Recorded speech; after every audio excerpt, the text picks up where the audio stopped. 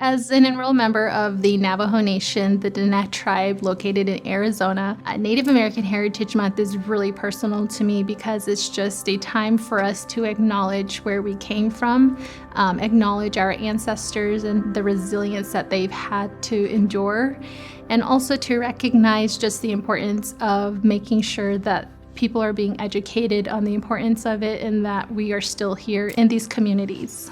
I grew up on the Navajo reservation. I grew up having no running water. My parents both had no electricity. To this day, I have an aunt who still doesn't have electricity and running water. So the public health aspects really stemmed at a very young age.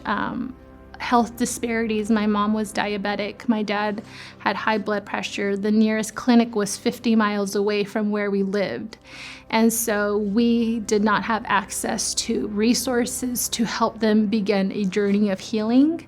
And so really seeing that and seeing how it impacted their lives really is where my love for public health stemmed from, is just growing up in those settings, recognizing that something needs to change, and if I could be a voice in those rooms, that's really where I want to be, is being able to advocate for individuals who are not able to do it for themselves. My passion to work for Hunter Health really stemmed from the mission of Hunter Health to provide culturally appropriate care to the Indigenous communities here in Wichita.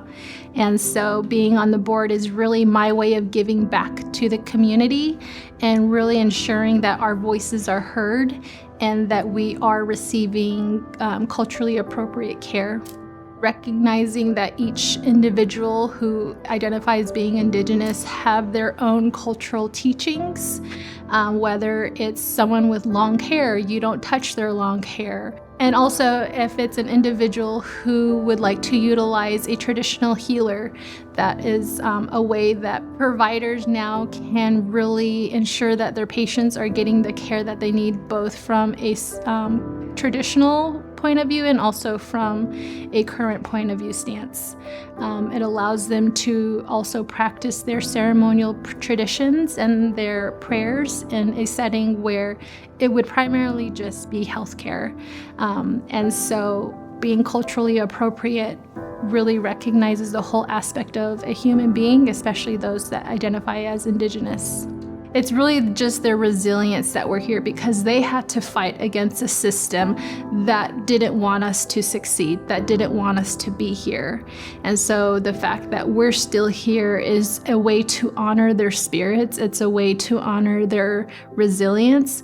And I think that's why I'm so passionate about the work that I do, is because I'm able to be a voice for those that don't have a voice, and also be a voice to the next generation of children who are coming before me. My name is Chantal. I am an enrolled member with the Diné tribe located in Arizona. I work with Wichita State University's Community Engagement Institute, and I am a board member of Hunter Health.